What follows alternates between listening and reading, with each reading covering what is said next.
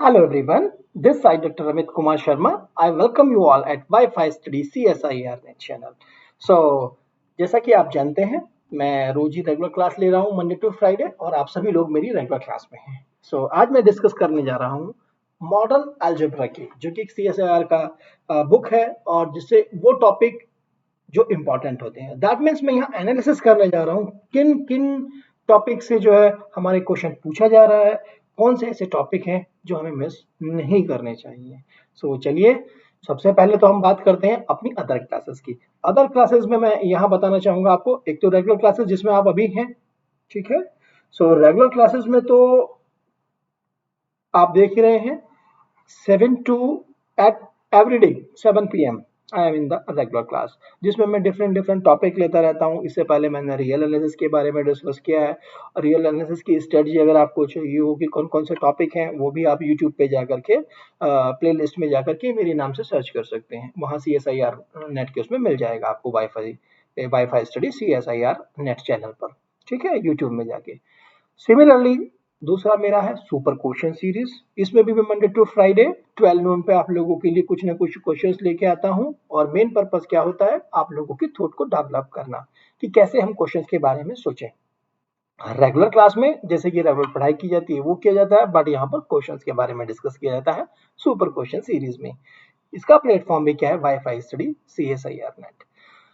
मेरी classes plus पर बहुत ही जल्द शुरू होने वाली हैं. जिसको भी सब्सक्रिप्शन लेना है वो तुरंत ले ले, क्योंकि इन क्लासेस को आप तभी देख पाओगे जब आपने सब्सक्रिप्शन लिया हो. देखिए, इन क्लासेस में जो मेन फोकस है उसमें जैसे कि आज एनालिसिस करेंगे, उस टॉपिक पे रिलेटेड CSIR में आए हुए क्वेश्चंस का एनालिसिस करना, थॉट आपकी डेवलप करना, कैसे रिजल्ट को हमने अप्लाई किया और क्या क्या की पॉइंट्स थे, इन सब बातों को डिस्कस करना होता है प्लस प्लेटफॉर्म पे, ठीक है ना, प्लस क्लास के लिए. That is a important thing कि आपको अगर लग रहा है कि भाई नहीं, कुछ टाइमिंग के लिए हम सब्सक्रिप्शन लेकर के एडवांटेज उठाएं, तो बिल्कुल आपको इस एडवांटेज को उठाना चाहिए. और सब्सक्रिप्शन लेने का क्या तरीका है ये मैं आपको बता देता हूं, अभी मिल जाएगा आपको. आज मैं जो करने जा रहा हूं एनालिसिस है पिछले 4 साल के, जो पिछले 4 साल के मॉडर्न अलजेब्रा के जो पेपर्स आए हुए हैं CSIR नेट के, उनका. यानी कि 4 साल में आपके पास एक तो जून में और एक दिसंबर में 2 बार पेपर होता है, तो यानी कि टोटल 8 पेपर का एनालिसिस करने के लिए जा रहा हूँ, ठीक है. सब्सक्रिप्शन की बात करते हैं. सब्सक्रिप्शन आप सबसे पहले क्या कीजिए, अपने प्ले स्टोर में जाकर के अनअकैडमी का, what you have to do, Unacademy का ऐप को आप डाउनलोड कर लीजिए. जैसे ही आपने अनअकैडमी के ऐप को डाउनलोड किया, लर्नर ऐप, ठीक है, इसमें आएगा अनअकैडमी लर्नर ऐप, आपके पास इंस्टॉल कीजिए. जो भी गाइडलाइन उसने दी है अलाउ या फॉलो करते हुए, then you have to go to the NET exam. यहाँ सब्जेक्ट की कैटेगरी वाइज दी हुई है पूरी लिस्ट, इसको भी आपको अप्रोच करना है. Then you have to click on the CSIR UGC NET button. तो जैसे ही आप इस पे क्लिक करते हैं तो आपके पास राइट विंडो खुल के आएगी, जिसमें आपको लिखा होगा crack CSIR UG net with India largest learning platform. ये है बहुत ही अच्छा है. मैं आपको बताऊं, बहुत सारी चीजों में आप नोटिस कर सकते हैं. भाई रेट वाइज अगर सब्सक्रिप्शन की बात करेंगे तो उसमें भी अच्छा है और बहुत सारे एडवांटेज हैं. दैट मीन्स जितने भी एजुकेटर्स हैं यहाँ, आप उन सब को एक्सेस कर सकते हो, उन सब के नोट्स ले सकते हो, उनके सबकी जो है, जो भी आपको मैं कहूँगा कि नोट्स के साथ साथ आपको चाहिए कि नहीं सर हमें क्वेश्चन सीरीज चाहिए या मॉक टेस्ट लगाना है, वो सारी चीजें आप यहाँ कर सकते हो. That means it's a good thing कि भाई एक ही हमें सब्सक्रिप्शन लेना पड़ा, ठीक है. फॉर एग्जाम्पल आपने मेरा सब्सक्रिप्शन ले लिया, दैट मीन्स आप मेरे साथ साथ मेरी तो क्लासेस देख ही रहे हो, आप अदर की क्लासेस को भी एक्सेस कर सकते हो. That is a good advantage. आपके पास ऑटोमेटिकली रिमाइंडर सेट हो जाता है तो वो भी एक बेनिफिशियल है. तो भाई चलिए देख लेते हैं कि क्या प्राइस है इसके, किस तरह के सब्सक्रिप्शन है. सब्सक्रिप्शन डिटेल बहुत ही सस्ती है. किस तरीके से, आप नोटिस कीजिए यहाँ पर, फॉर ए 1 मंथ सिर्फ 2100 रुपए, 3 मंथ्स 5250 रुपए और 6 मंथ 9450 रुपए और 12550 रुपए.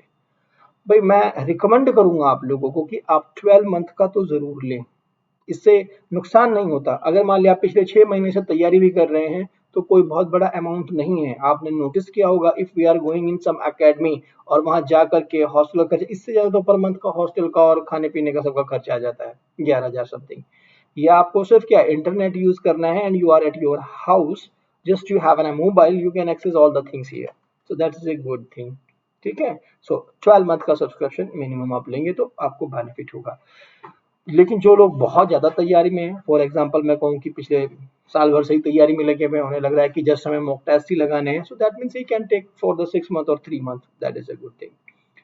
24 मंथ का रिकमेंडेशन है, लेने को तो कोई भी ले, लेकिन यह है कि जो एमएससी फर्स्ट ईयर में है, अभी आज के समय में क्या होता है कि हम शुरू से ही तैयारी करने लग जाते हैं। हम चाहते हैं कि हमारा इधर एमएससी कंप्लीट हो और इधर तुरंत ही हमारा सिलेक्शन भी हो जाए, यानी कि हम जस्ट पीएचडी के लिए अप्रोच कर सके, हमें फेलोशिप मिल सके। बहुत अच्छा अमाउंट है भाई, हैंडसम अमाउंट मिलता है एक रिसर्च के लिए। बहुत सारे आप देखेंगे जो प्राइवेट कंपनीज या ऐसी संस्था में काम करते हैं, इतना उनका पूरा सैलरी नहीं होता है जितना इसमें फेलोशिप है। So that is a good thing कि आपको जो है एक अच्छा अमाउंट मिल रहा है, रिसर्च की डिग्री मिल रही है। सो आई थिंक इसको आपको ले लेना चाहिए। फिर एक और बात भी है इसके अंदर, अगर आप इस कोड को यूज करते हो, what is this, this is a Amit S10, Amit S10। इस कोड को अगर आप यूज कर रहे हैं तो आपको एडवांटेज क्या मिलता है, हर एक सब्सक्रिप्शन पे कोई सा भी लें आपको, you will get the 10% of, यानी कि जो 11,550 का था अब वो 10,395 हो गया।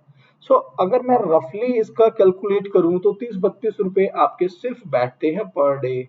कुछ भी नहीं है, इतने की तो हम चाय माए इधर उधर सब गड़बड़ कर देते हैं, इतना तो आराम से खर्च कर लेते हैं। इसका हमें यही फायदा मिल रहा है कि हमारी नॉलेज बढ़ रही है, हमारे घर बैठे मिल रही है और हमें मोबाइल मिल रहा है, जिसमें मोबाइल पे हम यूटिलाइज कर रहे हैं। अभी तक तो हम इधर उधर का ही सब गड़बड़ कर रहे थे, ठीक है ना। सो ये रही हमारी सब्सक्रिप्शन की डिटेल। चलिए अब हम डिस्कस करते हैं क्या वो एनालिसिस है। सो हमारे पास बहुत सारे टॉपिक्स होते हैं, आपने देखा ही है मॉडर्न अलजेब्रा का सिलेबस, जिसने नहीं देखा वो CSIR नेट की वेबसाइट पे जाकर के भी डाउनलोड कर सकता है। तो उस मॉडर्न अलजेब्रा का जो हमारा पेपर है उसमें से मैं टॉपिक लेके आया हूं, मैंने यहाँ सारे लिखे हैं, आप देखेंगे। ये फर्स्ट वाला मेरे सीरियल नंबर को रिप्रेजेंट कर रहा है, that's for the serial number, that is for the topic and that's for the years. कौन कौन सा ईयर, पहला जून का और दूसरा है मेरा दिसंबर का। ठीक है, जो हमारा वहां पे दिया हुआ है एक सेक्शन, मैं कहूंगा एक पैराग्राफ, उसमें दिया गया है हमें परम्यूटेशन के बारे में, combination, pigeon hole principle, inclusion exclusion principle और डीरिचमेंट्स। ये सारी बातें, ये सारी चीजें हमें दी हुई हैं। लेकिन पिछले 4 साल का एनालिसिस ये कहता है कि एज सच डायरेक्ट क्वेश्चन नहीं पूछा गया है इनसे, ना तो पूछा जा रहा है जून वाले एग्जाम में, ओके, जीरो है यानी कि यहाँ पर भी, और दिसंबर के एग्जाम में भी डायरेक्टली क्वेश्चन नहीं है। हाउएवर इन टॉपिक को हमने कहीं ना कहीं यूटिलाइज किया है किसी एक या दो क्वेश्चन में। सो दैट मीन्स जस्ट ये क्या हो रहा है आपके साथ, ये वाले आपके एज ए बैक साइड से वर्क कर रहे हैं, they are working from the back side, but direct question नहीं है। सो इसका मतलब ये हुआ, ये हमारे लिए बहुत ज्यादा इंपॉर्टेंट नहीं हो रहा है टॉपिक। अगर हम इसमें जस्ट टच भी लिया है तो हम उसकी हेल्प से अपना काम चला लेंगे।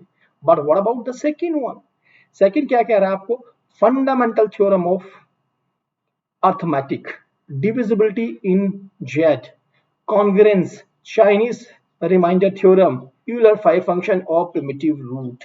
ये ऐसी चीजें हैं जैसे कि मैं मार्क कर रहा हूँ, प्रिमिटिव रूट हो गया, यूलर 5 फंक्शन हो गया और चाइनीज रिमाइंडर थ्योरम हो गई, कॉन्ग्रेंस हो गई। कॉन्ग्रेंस को इक्वेशन दे देगा, आपको बोलेगा बताइए इसके कितने सॉल्यूशन होंगे, तो क्वेश्चन यहाँ से रेज हो जाता है। चाइनीज रिमाइंडर से भी क्वेश्चन हो जाता है हमारे पास। यूलर 5 फंक्शन का तो हमेशा मिलेगा। बहुत सारी चीजें एकदम से हम जब ग्रुप में आएंगे तो आप नोटिस करोगे कि अरे यूलर 5 फंक्शन की हेल्प से ही कर पा रहे हैं हम लोग, सो दैट मीन्स ये हमारे लिए वहां बेनिफिशियल होता है। और रूट्स के बारे में भी क्वेश्चन पूछे जाते हैं। अगर हम बात करें जून की, तो जून में 17 में भी इसका क्वेश्चन आया और 18 में भी इसका क्वेश्चन आया, और 19 में इसका क्वेश्चन नहीं है और 16 में भी नहीं है इसका क्वेश्चन। ठीक है, बट 17 18 में आया। बट जो कि मैंने यहाँ पर टॉपिक मार्क किए हुए हैं आप लोगों को, जैसे कि यूलर फंक्शन हो गया, प्रिमिटिव रूट्स हो गया, आपके पास कॉन्ग्रेंस हो गया, ये इंपॉर्टेंट है, स्टिल क्वेश्चन आ सकता है कभी भी आप। बट दिसंबर में क्या हुआ आप देखिएगा, इसमें दिसंबर में 2019 में पेपर क्वेश्चन आ गया, 17 में भी आ गया, 18 में नहीं आया। सो दैट मीन्स ऐसा कुछ घूमता रहता है। ये इंपॉर्टेंट है, भले ही थोड़ा सा लेस हो, बट इम्पॉर्टेंट टॉपिक है, that is important. Now then, अगर हम मूव करते हैं अपने सीरियल नंबर 3 की तरफ, तो सीरियल नंबर 3 क्या कहता है? ग्रुप और सब ग्रुप के बारे में। और हम क्या नोटिस कर रहे हैं जून वाले एग्जाम में, 16 में भी यहाँ पर हमारे पास जो है क्वेश्चन आया, 17 में भी, 18 में भी, 19 में भी। और अगर हम दिसंबर की तरफ मूव करते हैं तो 16, 17, 18 एंड 19, यानी कि ये तो हमारे पास हर साल इससे क्वेश्चन आता ही आता है। ग्रुप या सब ग्रुप में हो सकता है वो आपसे काउंटिंग पूछ ले, एक ग्रुप का ऑर्डर दे दे, उसके बारे में पूछ ले कि क्या क्या स्ट्रक्चर्स हैं, जनरेटर्स वगैरह के बारे में पूछ ले। ये कहा जाए तो कि ग्रुप के बारे में वो कुछ ना कुछ आपसे पूछ सकता है, सब ग्रुप के बारे में कुछ ना कुछ वो आपसे पूछ सकता है। कोई भी ऐसा आपको सेट दे देगा, बोल देगा बताइए अंडर दिस वन ये इसका सब ग्रुप बनेगा नहीं बनेगा। तो ऐसा कुछ ना कुछ क्वेश्चन हमारे पास यहाँ मिलता रहता है। स्टेटमेंट बेसिस भी क्वेश्चन आ रहे हैं। दैट मीन्स आपके 4 रिजल्ट में इकट्ठे करूं और उन 4 रिजल्ट्स को मैं क्या कर रहा हूं, as options A B C मैं ऑप्शन बना दूंगा वहां पर उनके। That means they will be A B C और डी, ऑप्शंस मैंने कंस्ट्रक्ट कर दिए। इसमें भी एक स्टेटमेंट दे दिया, सेकंड में भी मैंने एक स्टेटमेंट दे दिया, थर्ड में भी मैंने एक स्टेटमेंट दे दिया, और फोर्थ में भी मैंने एक स्टेटमेंट दे दिया। यानी कि क्या कर रहे हैं, हमने स्टेटमेंट डाल दिया। तो that is not the big issue.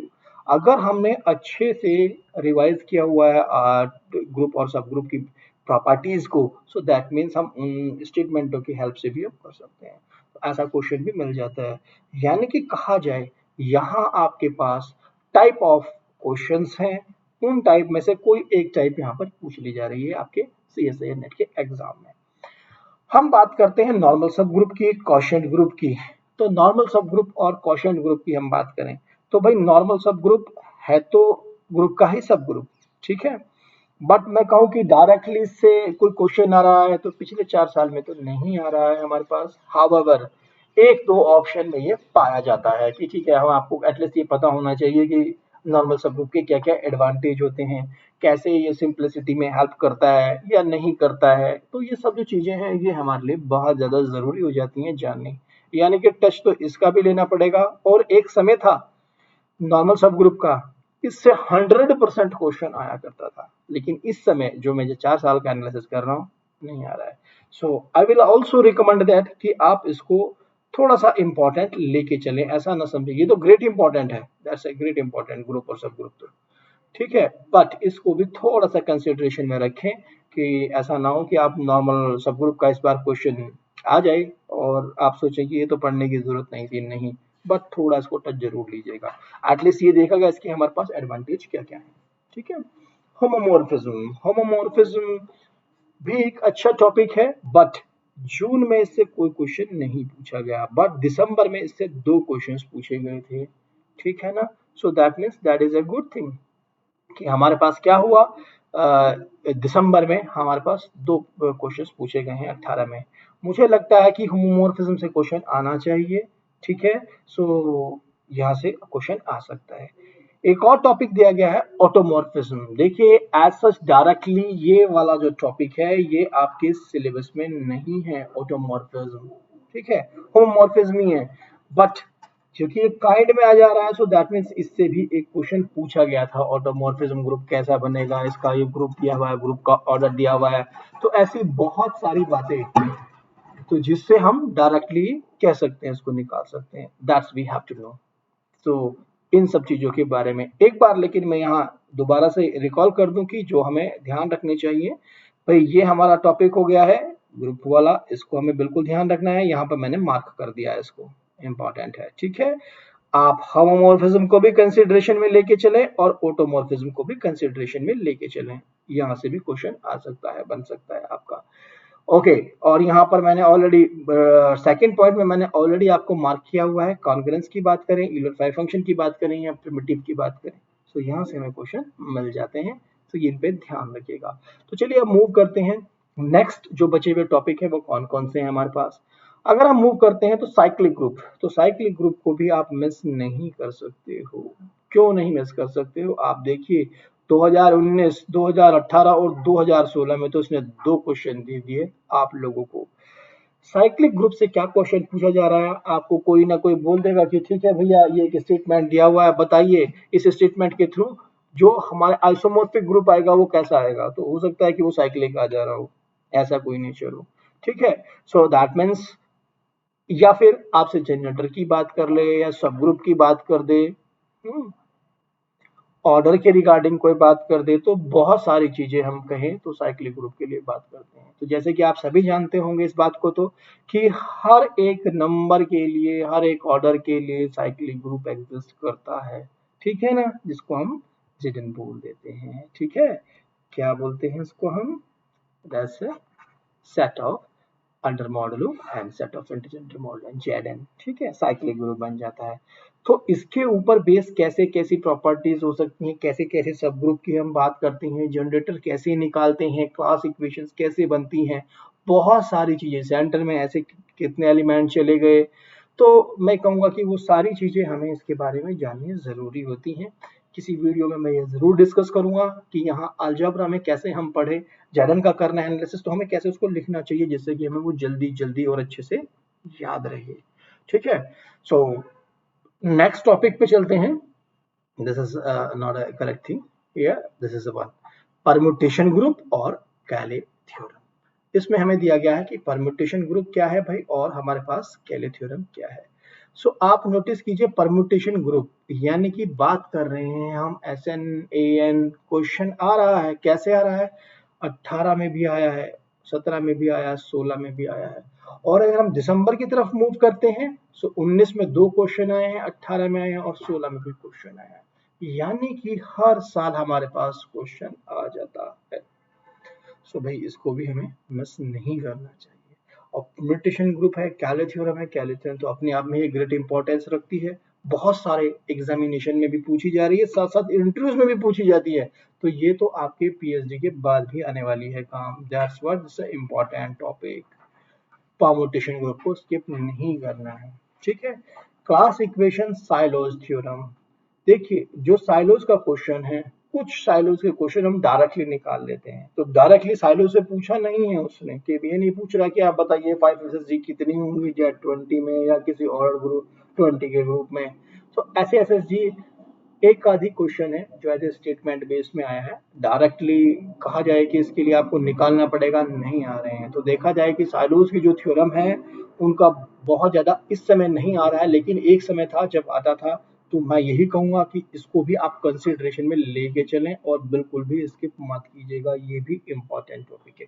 भले ही यहाँ से क्वेश्चन नहीं आ रहा है अभी पिछले साल से, पता नहीं किस दिन आ जाए, क्योंकि स्किप करने वाला टॉपिक नहीं है। फॉर एग्जाम्पल मैं एग्जामिनर होता तो पक्का यहाँ साइलो से भी मिलता आपको क्वेश्चन, क्लास इक्वेशन से भी मिलता। तो बहुत बार पूछ लिया जाता है क्लास इक्वेशन, भाई एक साइक्लिक ग्रुप है, दो नॉन आइसोमॉर्फिक ग्रुप है, बताइए उनकी क्लास इक्वेशन क्या सेम हो सकती है, ऐसी बातें। ठीक है, एसएसजी के बारे में भी आप जानते हैं, और इसकी जो एप्लीकेशंस हैं साइलोज की, वो तो बहुत ही इम्पोर्टेंट है, इसलिए ये अपने आप में ऑटोमेटिकली इम्पोर्टेंट हो जाता है। इसके बाद क्या बात की गई है, रिंग की। चलिए अब हम मूव करते हैं एक ऐसी स्ट्रक्चर पे, ठीक है, यानी कि set A cube with two bond binary operation. ठीक है, सो यानी कि जब हम रिंग की बात कर रहे हैं, सो इस पे क्वेश्चन क्या पूछा गया है, डायरेक्टली कोई स्ट्रक्चर देके रिंग पूछा गया है या नहीं पूछा गया है। तो यहाँ से डायरेक्टली क्वेश्चन आया सिर्फ जून में, और वो भी 2017 में। 2017 यानी में आया है सिर्फ, ना 18 में आया, ना 16 में आया, ना ही 19 में आया। और जब हम बात करते हैं दिसंबर की, तो दिसंबर में अभी तक नहीं आया पिछले 4 साल के अंदर। सो that is a good thing. देखो ये जो एनालिसिस मैंने किया है, इस एनालिसिस का एडवांटेज क्या है कि आप लोगों को मूव करने की जरूरत नहीं है कि वापस जाओ पेपर में कहाँ से क्या इंपॉर्टेंट टॉपिक आ रहा है। दैट मीन्स जो 1, 2 या 3 घंटे आप खर्च करने वाले थे सर्च करने में और ये सब बनाने में, उससे आप बच गए हैं। जस्ट इस वीडियो का पर्पज यही है कि एटलीस्ट आप पहले उस अपने टाइम को सेव करें। साथ साथ मैं कुछ क्वेश्चंस भी आपको दिखाऊंगा, कराऊंगा, डिस्कशन करूंगा उनके प्रति कि कैसे कैसे हम सोचते भी हैं जो आए हुए हैं एग्जाम में पहले। ठीक है ना, सो या किस तरह के क्वेश्चंस पूछे जा सकते हैं। सो नेक्स्ट टॉपिक पे अगर हम मूव करते हैं तो डिस्कस किया है आइडियल्स के बारे में। कैसा आइडियल, प्राइम आइडियल है कि नहीं है, मैक्सिमल आइडियल है कि नहीं है, या क्वोशिएंट रिंग है या नहीं है। So that means quotient ring से तो कोई एक आध क्वेश्चन, मतलब मैं कहूंगा कि ऑप्शन में हमें दिया गया है क्वोशिएंट की बात, बट डायरेक्ट क्वेश्चन इसका भी नहीं है। लेकिन आइडियल और प्राइम आइडियल और मैक्सिमल की बात करें तो भाई आइडियल पे हमेशा क्वेश्चन आ रहा है। आप देख रहे हैं 19 में भी आ गया और 17 में भी 2 बार आया है। और अगर हम दिसंबर की बात करें तो 16 में भी क्वेश्चन, 18 में भी क्वेश्चन और 19 में तो 2 क्वेश्चन दे दिए आइडियल के। सो ये भी इम्पोर्टेंट हो जाता है। इसको भी आप स्किप नहीं करेंगे और नहीं करना चाहिए। हमें क्वेश्चन मिल रहे हैं भाई, 1 से 2 मिल जाता है क्वेश्चन, तो हम आइडियल को क्यों छोड़ दें? नहीं छोड़ेंगे, उसको तो हम अच्छे से प्रिपेयर करके जाएंगे।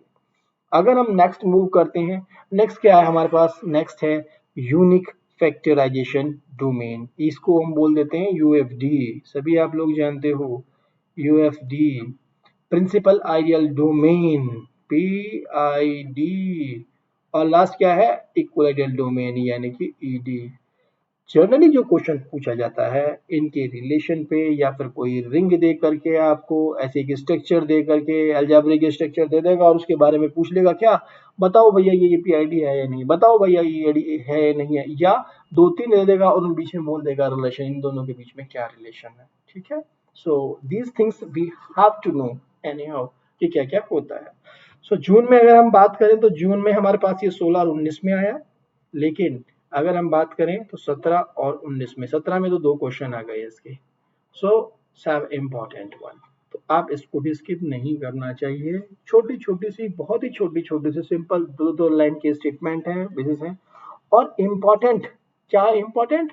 हमारे पास कुछ इम्पोर्टेंट रिजल्ट्स हैं, जैसे कि रिंग के ऊपर या हमारे पास कोई अलजेब्रिक स्ट्रक्चर के ऊपर, जिनको हम डायरेक्टली अप्लाई करते हैं अपने एग्जाम में। सो हमें ये बिल्कुल अपने माइंड में रखना चाहिए कि नहीं ठीक है, इसको हमें करना ही है। अब चलिए नेक्स्ट टॉपिक्स पे, जो इम्पोर्टेंट के हैं, जो हमारे रिमेनिंग है। तो नेक्स्ट टॉपिक की अगर हम बात करते हैं तो नेक्स्ट टॉपिक में हम बात करें यहाँ पर polynomial ring and irreducibility criteria. Generally question irreducibility criteria से पूछा जा रहा है। सो इरेड्यूसिबिलिटी क्राइटेरिया हमें नहीं भूलना चाहिए। ठीक है, सो और भी हमारे पास क्या वेज हैं इरेड्यूसिबिलिटी को चेक करने के लिए, वो जो भी हमें रिंग दिया हुआ है उसके ऊपर कि कैसे कैसे हम चेक करेंगे ये आपका रिड्यूस हो रहा है या इरेड्यूसिबल है। That means this is a type of the question have been asked. लेकिन मैंने यहाँ एक और नोटिस की है, जब भी क्वेश्चन रिड्यूसिबिलिटी का आता है तो ऑप्शन में 2 से 3 पे आपको कम से कम चेक करना पड़ता है। यानी कि हमें यहाँ कोई टेक्निक या ऐसा वे भी पता होना चाहिए। कुछ क्राइटेरियाज भी हैं हमारे पास, ठीक है। सो दैट मीन्स उन क्राइटेरिया के अलावा भी क्या हमारे पास कोई ऐसा वे है जो हम डायरेक्टली देख सकते हो। सो दैट मीन्स ये आपको इम्पोर्टेंट हो जाता है, इसके रिजल्ट को आपको नोट करके रखना चाहिए।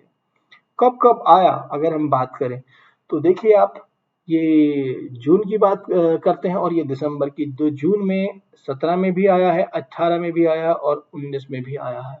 ठीक है, so this is a thing. ये तो 17, 18 और 19 में आया है और इधर कब आ गया? 16, 18 और 19।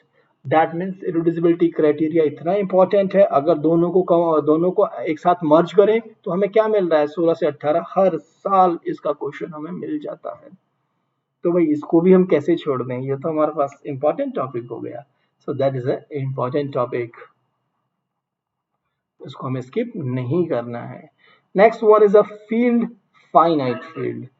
सो आप देखेंगे जून में ये 19 में आया है, 17 में भी आया और 16 में 2 बार इसके क्वेश्चन आए हैं। दिसंबर की बात करें 19 की और 16 की, तो 19 और 16 में आया है, 17 और 18 में कोई क्वेश्चन इसका नहीं आया है। ठीक है, so that means field, finite fields क्या होता है, कभी आपको दे देगा कि बताइए इनमें से कौन सा फील्ड है और कार्डिनलिटी दी हुई है, तो आपको ऐसी छोटी छोटी सी बेसिक प्रॉपर्टी पता होनी चाहिए। बहुत ही आसान होता है। एक आध क्वेश्चन शायद मैं भी लेके आया हूँ आप लोगों के लिए इसी तरीके का, जो इस पे बेस्ड है कॉन्सेप्ट पे कि डायरेक्टली कैसे स्टेटमेंट बेसिस क्वेश्चन पूछे गए हैं। सो दैट मीन्स फील्ड क्या होता है, किस तरीके से हो सकता है, कार्डिनलिटी फाइनाइट हो जाती है, इनफाइनाइट हो जाती है, इनफाइनाइट हो जाती है तो किसके रेस्पेक्ट में बन जाएगा, ठीक है, वो कौन से बाइनरी ऑपरेशन है, ये सब चीजें मतलब हमें एटलीस्ट आइडिया होना चाहिए। फील्ड एक्सटेंशन एक समय था, इससे बहुत क्वेश्चन आते थे, लेकिन अभी देखा गया है कि 19 में क्वेश्चन आया है, मुझे लगता है कि 2020 में भी आना चाहिए, मे बी। ठीक है। आई फील दैट की फील्ड एक्सटेंशन से क्वेश्चन आना चाहिए। अच्छा टॉपिक है, अपने आप में इंपॉर्टेंट टॉपिक है और रिसर्च टॉपिक है आल्सो। ठीक है, सो दैट मीन्स यहाँ से क्वेश्चन बनना चाहिए अभी। लेकिन देखा जाए तो जून में 19 में आया है और दिसंबर की बात करें तो 17 में आया है। यानी कि हम कहें तो हमारे पास जो इससे क्वेश्चन आ रहे हैं वो अभी मतलब हमारे पिछले 4 साल के एनालिसिस में एक एक बार ही आए हैं, चाहे वो जून हो चाहे वो दिसंबर हो। अब अगर बात करते हैं भाई गैलाइस थ्योरी की, तो गैलाइस थ्योरम नाम में तो बड़ा फेमस है, इतने अच्छे क्राइटेरिया दिया है, लेकिन पता नहीं क्यों एग्जामिनर यहाँ से क्वेश्चन कम ही सेट कर रहा है। सो एक ही बार क्वेश्चन आया, वो भी दिसंबर में 2017 में। तो ऐसा ज्यादा क्वेश्चन नहीं पूछे जा रहे हैं, इसको हम थोड़ा सा स्किप कर भी सकते हैं, कोई दिक्कत नहीं है। लेकिन यहाँ देखा होगा आपने, फील्ड के बारे में आप स्किप नहीं करेंगे, polymer ring and reducibility criteria आप मिस नहीं करेंगे, ये इंपॉर्टेंट होते हैं। तो चलिए, ये तो था हमारे पास की पूरा पूरा का पूरा एनालिसिस। अब हम क्या कंक्लूड कर सकते हैं, जो हमारे टॉपिक हैं जो हमें स्किप नहीं करने हैं? Yes we can. देखिए यहाँ पर क्या लिखा है, इवन दो कुछ टॉपिक मैंने मिस कर दिए हैं, जैसे कि साइक्लिक ग्रुप, ठीक है ना, you have to add also. Okay, और आइडियल की बात की है हमने, और साथ साथ हमें और क्या जाना चाहिए? हमारे पास थे फील्ड, हमने लिए हैं क्या? नहीं, फील्ड भी हमें लेने होंगे, ठीक है। और साइक्लिक ग्रुप ले लिया है हमने, पॉलिनोमियल रिंग्स भी लेने होंगे और क्राइटेरिया भी लेना होगा, reducible criteria. So that means कुछ और भी टॉपिक है हमारे पास जो कि यहाँ है, ये भी हमें ध्यान रखने हैं। ये नंबर्स थोड़े से गड़बड़ पड़े हुए हैं, 1 2 3 4, एक्चुअली वो सारे इसमें आए नहीं, या नीचे है मर्ज 5 एंड 6। यहाँ बात कीजिएगा आप साइक्लिक ग्रुप की, और यहाँ बात कीजिएगा रिड्यूसिबिलिटी क्राइटेरिया की, और 7 नंबर पे मैं कहूँगा आपको पॉलिनोमियल रिंग की, पॉलिनोमियल रिंग्स की। ये क्वेश्चंस भी हमेशा ही पूछे जा रहे हैं हमसे, जैसा कि मैंने आपको अभी यहाँ पर शो किया। आप देख रहे हैं पॉलिनोमियल रिंग को 17 18 19 और 16 18 19 में आया है। और सिमिलरली अगर हम बात करें साइक्लिक ग्रुप की, तो दैट मीन्स ये 19 18 और 16 में 2 बार, 18 17 और 16 में 2 बार आया है। So that means we can not skip, but यहाँ लिखते वक्त मुझसे स्किप हुआ, इसलिए मैंने अभी कंक्लूड कर दिया है। सो कंक्लूजन क्या निकलता है? Topic which you can not miss is the topics, जिनको आपको मिस नहीं करना है, बिल्कुल भी नहीं सोचना है कि मैं इनको छोड़ दूं, किसी भी तरीके से नहीं छोड़ना है, तभी फायदा होगा। देखिए, अलजेब्रा एनालिसिस एक ऐसे टॉपिक होते हैं, अगर आपने उसको समझा है थोड़ा ध्यान से, तो आपको पेन उठाने की जरूरत नहीं पड़ेगी। बहुत ही कम कैलकुलेशन मांगते हैं और जल्दी से, मतलब मैक्सिमम स्कोरिंग आपके पास ये टॉपिक होते हैं, इनके बिना सिलेक्शन होना असंभव सा होता है। So that's what we required कि हम इन्हें कैसे हैंडल कर रहे हैं, ठीक है, ये हमें बहुत जरूरी है आना। परमुटेशन के बारे में आप यहाँ देख रहे हैं। अगर मैं यहाँ बात करूं कि भाई सबसे ज्यादा फिर भी इनमें आप प्रायोरिटी या सबसे ज्यादा इंपॉर्टेंस किसको देंगे, तो हम बात करेंगे ग्रुप की और सब ग्रुप की, जिसकी कि हर साल आ गया, ये हर साल आ रहा है। तो भाई इसको तो सबसे पहले लेना है, that's you have to be keep on the first stage, first you have to be first do it, इसी को करना है फर्स्ट। सेकंड क्या है आपको? फर्स्टली जैसे ही आपने इसको कर दिया, देन यू कैन अप्रोच। अगर रिंग साइड में बात करेंगे, देखो साइक्लिक भी है जो कि यहाँ नीचे की तरफ लिख दिया गया है, ये सेकंड में आप लेके जाइएगा इसको, ठीक है। पॉलिनोमियल रिंग की बात करेंगे हम, बिल्कुल थर्ड पे इसको ले सकते हैं, या थर्ड पे आप रिड्यूसिबिलिटी क्राइटेरिया को ले सकते हैं, और फोर्थ पे आप इसको ले सकते हैं, पॉलिनोमियल रिंग को। सो यानी कि हमने इनकी बात कर ली। अगर हम बात करें फिफ्थ की, सो फिफ्थ पॉइंट पे आप रख सकते हैं अपने आइडियल्स को, सिक्स्थ पे आप रखिएगा यूएफडी पीआईडी इनको। सो दैट मीन्स ये सारे टॉपिक्स हमें एटलस पता होने चाहिए। सो यहाँ ये मैंने स्ट्रैटेजी बनाई है, और ये आपको मैक्सिमम मार्क्स दे देती हैं। जैसे कि मैंने आपने आई होप देखी हो, अगर नहीं देखी है तो अब मैं बता देता हूँ आप लोगों को। आप गूगल पे डालेंगे, यूट्यूब पे जाएंगे, यूट्यूब पे जाने के बाद CSIR नेट डालिए, नेट डालने के बाद आपके पास उसका चैनल खुलेगा, उस पर क्लिक कीजिए, वाईफाई स्टडी CSIR। मैं नोट कर देता हूँ so that that will be more clear to all of you.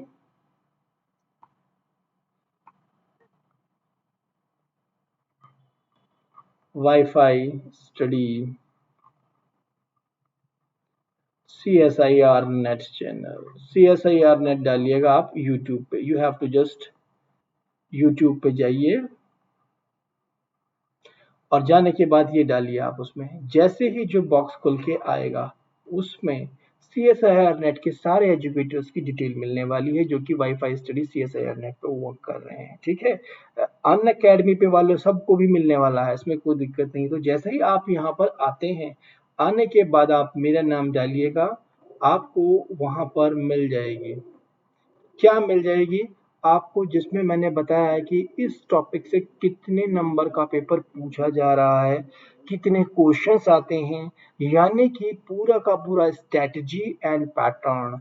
तो या तो आप यहाँ सिंपली यहाँ आने के बाद जो है टॉपिक डाल दीजिएगा, आइदर तो दिस डालिए, और आप क्या कर सकते हैं, you have to just put, क्या पुट करना है आपको, topic, name of the topic, क्या है टॉपिक का name, topic strategy and pattern for the CSIR net.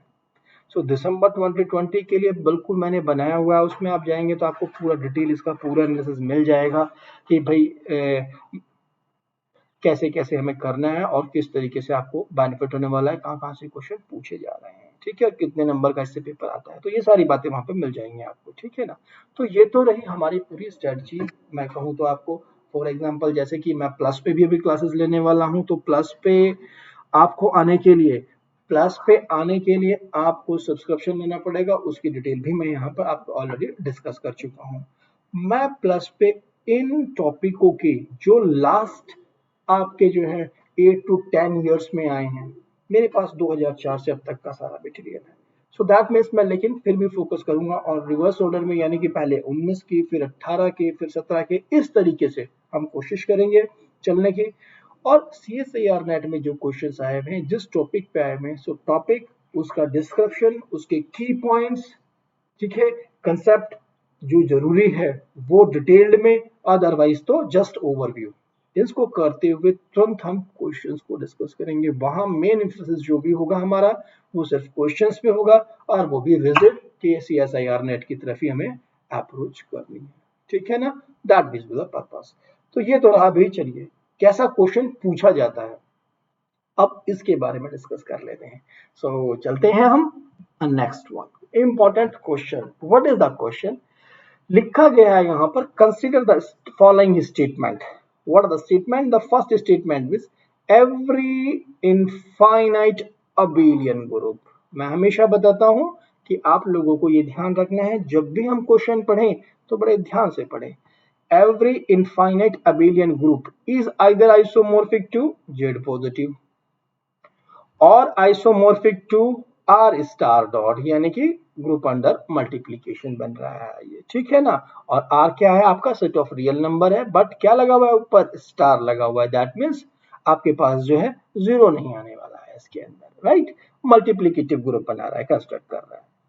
S2 क्या दिया गया है, every infinite cyclic group is isomorphic to किसके, जेड पॉजिटिव के। तो चलिए पूरा ध्यान से पढ़ते हैं। हमारे पास ऑलरेडी ये कहा जाता है, अगर किसी ग्रुप का ऑर्डर फाइनाइट है और ग्रुप साइक्लिक है तो वो जेडन के आइसोमोर्फिक जाता है, और अगर ग्रुप इनफाइनाइट साइक्लिक है तो वो जेड पॉजिटिव के आइसोमोर्फिक जाता है। These are the two result. So उन्हीं रिजल्टों का हमें यूज करना है, यानी कि S2 क्या हो गया हमारे पास, S2 तो करेक्ट हो गया by this way. So what happen, this is the correct one. अब इसके बिहाफ पे जब हमें क्वेश्चन टेकल करना है, देखा ना आपने क्वेश्चन क्या आ रहा है आपके पास, ये आइसोमोर्फिक का क्वेश्चन है और स्टेटमेंट बेस है ग्रुप के ऊपर डायरेक्टली। सो आपको सबसे पहले ऑप्शन डिस्कार्ड कर देने चाहिए। बहुत बार ऐसा होता है कि बहुत ही पुअर ऑप्शन होते हैं और हमें मेहनत करने की जरूरत नहीं होती है। तो यानी कि S2 का तो पता लग गया हमें, हमारा करेक्ट स्टेटमेंट है। सो दैट मीन्स सबसे पहले देखो, both S1 and S2 are false. So ये तो ट्रू है ना, इसका मतलब ये ऑप्शन तो गयो, ये तो cancel. B option, both S1 और S2 आर ट्रू। तो चूंकि अभी S1 के बारे में नहीं कुछ भी कह सकते, तो अभी हम इस बी के बारे में कुछ भी नहीं बोलेंगे। See, S1 is false but S2 is not. क्या कह रहा है, S1 तो फॉल्स है बट S2 फॉल्स नहीं है। ये भी हो सकता है, अभी हम कुछ भी नहीं कह सकते इसके बारे में। S2 इज फॉल्स, यानी कि डी भी खत्म। तो देखा जाए हमने एक छोटी सी बात से क्या किया, दो ऑप्शंस को डिस्कार्ड कर दिया। अब बचे हमारे पास दो ऑप्शन। अब हम थोड़ा सा जाना पड़ेगा, क्योंकि पहले ऑप्शन में हमें क्या गया है, infinite abelian group. He is not talking about the cyclic, ठीक है।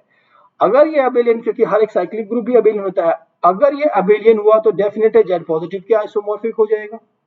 और दूसरा क्या होगा, isomorphic to R star dot के आइसोमॉर्फिक हो जाएगा। That is also the one of the true result, बिल्कुल सही रिजल्ट दिया गया है। आर अंडर मल्टीप्लीकेशन ये जो है ग्रुप फॉर्म करता है, ठीक है। और यहाँ पर क्या है, ये भी आपका साइक्लिक नहीं होता है, ठीक है ना। देर इसके पास कोई भी जनरेटर नहीं है, तो इसका मतलब ये बन जाता है हमारे पास, या तो सिचुएशन अगर अबेलियन हुआ तो डेफिनेटली इसके आइसोमॉर्फिक जाने वाला है, और अगर ये हुआ तो डेफिनेटली इसके आइसोमॉर्फिक जाने वाला है। So that means this is also the true result. So that means both S1 S2 are the correct one. तो ये हो गया हमारे पास कैंसर। So that means अगर हमें स्टेटमेंट पता है तो मुझे नहीं लगता कि हमें इतना भी एनालिसिस करने की आवश्यकता थी। सेकंडों का क्वेश्चन था हमारा, जो हम एकदम से ऐसे चुटकी बजा के कर सकते थे, ठीक है ना। चलते हैं नेक्स्ट क्वेश्चन के ऊपर। नेक्स्ट क्वेश्चन हमारा क्या कहता है। Next question, let F be a field, then number of element can be in a field F। कैसे एलिमेंट हो सकते हैं, अब मैंने आपको क्या मेंशन किया यहाँ पर, फील्ड के बारे में मेंशन किया। तो ये पूछ रहा है what is the cardinality of the field, ठीक है। The number of element can be in F, that means he is asking about the cardinality कितनी होने वाली है भाई इसकी। अब फील्ड की कार्डिनलिटी फाइनाइट भी हो सकती है और इनफाइनाइट भी हो सकती है। जब इनफाइनाइट होती है तो आपको मालूम है कौन कौन से हो सकते हैं, आर हो सकता है, सी हो सकता है, ठीक है। सो दैट मीन्स जो पहला ऑप्शन दिया हुआ है ये तो बात ठीक हो जाती है। लेकिन जब फाइनाइट होगी तो फाइनाइट में तो उसने हमें दो ऑप्शन दिए हुए हैं, एक दिया हुआ है 1024 और दूसरा दिया हुआ है 1331। सो अब हम इसको कैसे माने कि कौन से वाले इसकी कार्डिनलिटी है। जब भी फाइनाइट होगा तो इसकी जो फील्ड की कार्डिनलिटी होगी वो प्राइम की पावर्स में होगी। तो अब आप देख लीजिए इन दोनों में से कौन सा नंबर प्राइम की पावर में लिखा जा सकता है। अगर आप ऐसा कर पा रहे हैं कि हम ढूंढ लें तो ऑप्शन हो गया। सो दैट मीन्स जस्ट हमें ये इंफॉर्मेशन इनफ थी इस क्वेश्चन को डील करने के लिए। फील्ड की कार्डिनलिटी कैसी होती है और फिट कैसा कैसा हो सकता है, ठीक है। That is important. सो अगर हम बात करते हैं 1024 की, तो दैट मीन्स आप सभी जानते हैं 2 की पावर 10 कितना आने वाला है, that is equal to 1024। What this number, भाई ये है आपका 11 की पावर 3 इज इक्वल टू 3031। आपको लेकिन निकालना होगा, ऐसा नहीं होगा कि आप देखिए कुछ प्राइम नंबर्स हम याद रख सकते हैं, लेकिन बहुत लार्ज स्केलर पे मैं कह लूंगा आपको कि 1000 प्राइम नंबर्स आप याद रख लीजिए, डिफिकल्ट है। तो that means in that case हमें ये निकालने पड़ते हैं कि हाँ भाई के पीछे क्या आ रहा है, इससे कैसे डिवाइड हो सकता है, क्या हम इसे कर सकते हैं। So accordingly that is your thinking. So last option क्या दिया हुआ है, all of the above is correct. So that means यही ऑप्शन है, क्योंकि ये भी ट्रू था, ये भी ट्रू था, ओके और ये भी ट्रू था। तो that means this is the correct option, correct one. सारे ऑप्शन यहाँ पर ठीक आ गए। तो इसका मतलब अगर हमें स्टेटमेंट मालूम है तो ये भी हमारा बहुत लंबा क्वेश्चन नहीं था और सेकंडों में से हम कर सकते थे। चलिए मूव करते हैं नेक्स्ट क्वेश्चन पे। What is the next question, the maximum possible order of an element of a symmetric group S8 is, भाई maximum possible order of an element of symmetric group S8 is। तो भाई S8 के अंदर मुझे क्या निकालना है, मैक्सिमम पॉसिबल ऑर्डर को फाइंड आउट करना है। और क्या आप ये बात जानते हो कि जब हम ऑर्डर निकालते हैं तो कैसे निकालते हैं, बस इतना छोटा सा हिंट चाहिए। एसएन के अंदर जब भी आप निकालने के लिए बात कर रहे हो, वैसे तो इन जनरल भी ट्रू है, लेकिन चलिए देखते हैं एसएन के अंदर। आप सभी जानते हैं एसएन एक आपका कैसा ग्रुप है, कितना इसका फैक्टर एंड ऑर्डर होता है, ठीक है। सिमेट्रिक ग्रुप है, सो परम्यूटेशन ग्रुप है। सो 8 जैसे ही हमें लिखा मिला, 8 को आप दो पार्ट्स में डिवाइड कर दीजिए, 4 और 4, ठीक है। यहाँ एक ऐड कीजिए, यहाँ से एक सब्ट्रैक्ट कीजिए, स्टिल 8, इनका सम 8 आना चाहिए, ठीक है। बाद में बताऊंगा अभी क्या कर रहा हूँ। यहाँ पे 6 कीजिएगा, यहाँ पे 2 कीजिएगा। सो दैट मीन्स यहाँ पर आपको क्या करना होगा 7 और यहाँ पे करना होगा 1। इसके बाद करेंगे सो that means what is going on, repeat हो जाएगा। इन सब का आपको क्या लेना है, क्या लेना है बताइए, एलसीएम। और ये क्या है, partition. These all are the partition of 8, किसके, 8 के।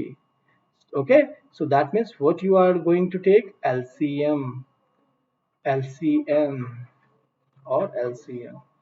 लिस्ट कॉमन मल्टीपल देख लीजिए, किसका हाईएस्ट आ रहा है, आपको आंसर मिल जाएगा। सो अगर आप देखेंगे, सो 4 वाले केस में क्या आ गया आपके पास, 4, और अगर हम सबकी बात करें तो कितना आ गया है आपके पास, आंसर कितना आ रहा है, 15, 5 और 3 का कितना हो गया, 15। सो दैट मीन्स ये हमें ध्यान रखना है, ठीक है ना। सो कितना आंसर आ गया, 15। बस एक छोटी सी बात हमें मालूम होनी चाहिए थी और हमारे पास आउटपुट हमारी मिल गई, ठीक है ना। So you can determine all the things जिससे हमें एडवांटेज हो। सो वो एडवांटेज कैसे मिलता है, जब उन फॉर्मूलाज को या उन चीजों को हम याद रखते हैं तभी मिल पाता है। सो एक तो तरीका यह था कि हम लग रहे हैं इसकी साइकिल्स बनाने के लिए, इसका निकालें उसका ऑर्डर निकालें, क्या जरूरत है भाई, जब हमारे पास वे है तो वे को फॉलो कीजिए इस केस में। चलिए मूव करते हैं अब नेक्स्ट क्वेश्चन पे। नेक्स्ट क्वेश्चन क्या कहता है, the number of group homomorphism from Z10 to Z20 is. ये कैसे भी चेंज कर लेते हैं, देखो इसमें मैंने Z20 और Z10 टू Z20 लिखा हुआ है, लेकिन ये जरूरी नहीं, आप कितना भी कुछ भी ले लीजिए, कोई फर्क नहीं पड़ता। आपको तो बस ध्यान रखना होता है छोटी छोटी बातों को। होमोमॉर्फिज्म से अभी जैसे कि बताया, अभी कुछ समय से इसका बूम थोड़ा सा कम हो गया है, लेकिन फिर भी मैंने यहाँ पे क्वेश्चन लिख दिया आप लोगों के लिए, क्योंकि इसलिए लिख दिया, ये क्वेश्चन बहुत आसान होते हैं और कभी भी एग्जाम में आ सकते हैं। भाई फंक्शन से होमोमॉर्फिज्म से रिलेटेड है आपका, तो दैट मीन्स इंपॉर्टेंट तो होगा ही। इसको जनरली 5 से भी ले लेते हैं, इसमें आप भी ले सकते हैं, that is your choice, up to you होता है। क्या निकालना होता है होमोमॉर्फिज्म के अंदर, होमोमॉर्फिज्म में हमें ये देखना होता है कि कैसे कैसे एलिमेंट कर्नल में जा रहे हैं, किस किस पैकेट के फॉर्म में जा रहे हैं। सो कुछ बेसिक प्रॉपर्टीज भी होती है। अब जैसे कि इसमें 10 तक के एलिमेंट है, 1 2 3 4, ऐसे अगर हम बात कर रहे हैं 9 और 0, ठीक है। सिमिलरली यहाँ हमारे पास 20 तक के हैं, 1 2 3 डॉट डॉट डॉट और 19 एंड देन 0। हमें ये मालूम होना चाहिए जब होमोमॉर्फिज्म की बात कर रहे हैं तो, यानी कि आइडेंटिटी तो आइडेंटिटी के पास जाएगी, और ग्रुप जो आपका ऑर्डर ऑफ एफ ए है, that's divide the order of A, ये भी हमें मालूम होना चाहिए। इन चीजों से हम वो पैकेट बनाते हैं जिससे होमोमॉर्फिज्म निकालते हैं कि इतनी होमोमॉर्फिज्म हो गई। प्रोसेस इज दिस वन, मैं पहले प्रोसेस बता रहा हूँ फिर आपको शॉर्टकट टेक्निक भी बता दूंगा।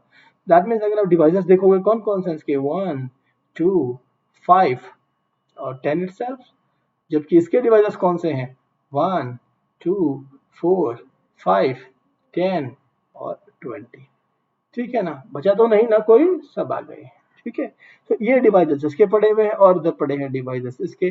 अब यहाँ इस प्रॉपर्टी का देखिए आप, order of F A divide order of A, जिन जिनका ऑर्डर ज्यादा हो गया, दैट मीन्स आपको कहूँ 20 हो गया, सो दैट मीन्स भूल जाइए कि इसके पास कोई मैपिंग जाने वाली है, कोई नहीं जाने वाली, ठीक है। यहाँ से कोई होमोमॉर्फिज्म नहीं एडजस्ट कर पाएगी, इसलिए कि हम नहीं ढूंढ पाएंगे, यानी कि एलिमेंट तो बचे ही रह जाएंगे। सो ऐसा हो सकता है, इसलिए बिल्कुल भी वरी नहीं होना उन चीजों के लिए। बट अगर हम बात करें इसके डिटेल एनालिसिस की, तो मैं अपनी क्लास में, जब मैं होमोमॉर्फिज्म का क्लास का लेक्चर लूंगा, तो वहाँ बहुत सारे आपको फॉर्मूलाज ये सब डिस्कस करूंगा। इवन तो नॉन एबिलियन से एबिलियन के ऊपर जा रहे हैं तो क्या होगा, एबिलियन से एबिलियन के ऊपर जा रहे हैं तो क्या होगा, नॉन एबिलियन ग्रुप से नॉन एबिलियन ग्रुप के ऊपर होमोमॉर्फिज्म डिस्कस की गई है तो क्या होगा, ये सारी चीजें वहां पे भी डिस्कस की जाएंगी, ठीक है। बट यहाँ के लिए मैं आपको बताऊं, सिर्फ और सिर्फ आपको इन दोनों का, ये Zm इंटू Zn यानी कि 1020 का क्या लेना है, ग्रेटेस्ट कॉमन डिवाइजर, जीसीडी लेना है। कितना आ गया भाई, 10, और यहाँ पे लिखा हुआ है TEN 10, तो आंसर तो इतना ही था। ये तो सिर्फ एक वे था कि आपको पता हो कि हाँ भाई हो सकता है कि 4 एलिमेंट एक ही जगह जा रहे हैं, बिल्कुल भी वरी नहीं होना है इन सब चीजों के लिए, पैकेट के फॉर्म में ही जाते हैं, होमोमॉर्फिज्म बनती हैं। तो ऐसे मुझे, यानी कि ऐसी आपके पास 10 आया है ना, यानी कि 10 ऐसे फंक्शन आप जनरेट कर पाओगे जिसके पास आप मैपिंग कर पा रहे हो, 10 भी होंगे आपके पास, ये पूछना चाह रहा था आपसे यहाँ पर ये। तो चलिए अब मूव करते हैं नेक्स्ट क्वेश्चन पे। नेक्स्ट क्वेश्चन में हमें बताया गया है which of the following is false. So जैसा कि मैं आपको बताता हूं हमेशा ही क्वेश्चन की रीडिंग सबसे ज्यादा इंपॉर्टेंट होती है। क्या रीडिंग में दिया गया है, दिस इज द रीडिंग, और इसमें पूछा गया है कि which one of the following is a false. False कौन सा है भाई? every PID is UFD, every UFD is equilateral domain, every equilateral domain is a unique factorization domain, और every equilibrium domain is a principal ideal domain, यानी कि PID। ये बातें हमें पूछी गई हैं। तो देखा जाए UFD, PID और ED की इसने बात की है, ठीक है ना। हमें सिर्फ और सिर्फ एक छोटा सा अगर रिलेशन पता हो तो हम ऐसे स्टेटमेंट चाहे कैसा भी किसी तरीके से घुमा के दे दे हम निकाल लेते हैं। वो क्या स्टेटमेंट होता है बहुत सारे लोग आप लोग आई थिंक जानते होंगे, तो चलिए नहीं जानते हैं तो मैं डिस्कस कर देता हूं। आप देखिएगा ईडी बॉक्स बनाने हैं आपको तीन, एक छोटा बॉक्स, फिर एक बड़ा बॉक्स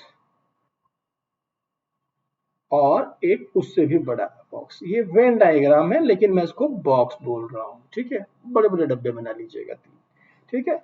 सो एडी हो गया आपके पास, पीआईडी हो गया आपके पास, और आपके पास हो गया यूनिक फैक्टराइजेशन डोमेन यानी कि यूएफडी भी हो गया आपके पास।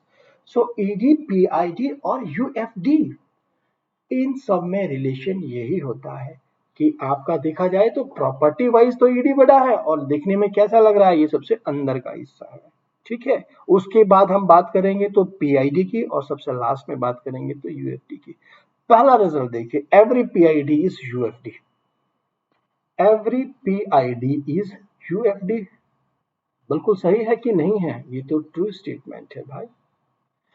Every UFD is ED, every UFD is ED, ये तो फॉल्स स्टेटमेंट है भाई। ये बाहर से अंदर को से अंदर को नहीं एम्प्लाइज करेंगे, अंदर से बाहर को एम्प्लाइज करते हैं। आप देखिएगा इसको अंदर को श्रिंक है ये, ठीक है। सो थर्ड वन क्या कहता है, एवरी ईडी इज यूएफडी, ये भी ट्रू स्टेटमेंट है, ठीक है ना। और अगर हम बात करते हैं लास्ट वन की, every ED is PID, this is also a true statement। देखो ये अंदर है, ये उसके बाहर है और ये सबसे बाहर है, ठीक है ना। So that is a thing. So यानी कि ईडी आपको कर रहा है, जो ईडी है जो ईडी है वो एम्प्लाइज कर रहा है आपको पीआईडी को भी। तो सारे ऑप्शंस आप यहाँ देख रहे हैं लिखे हुए हैं, और द ऑप्शन बी आपको क्लियरली मिल गया होगा, every UFD is a euclidean domain, यही स्टेटमेंट हमारे पास फॉल्स स्टेटमेंट है, ठीक है ना। सो चलिए आज के लिए हम यहीं पर स्टॉप करते हैं। और यहाँ बहुत सारे क्वेश्चंस हैं सब ग्रुप से रिलेटेड। मैं काउंटिंग के बारे में भी आप मेरी पिछली वीडियोस देख सकते हैं जिसमें बहुत ही हमने इसके बारे में डिस्कस किया है डिटेल्ड में पूरा का पूरा, कि कैसे कैसे आप काउंटिंग करेंगे सब ग्रुप की, तो वहां भी आप जाकर के देख सकते हैं।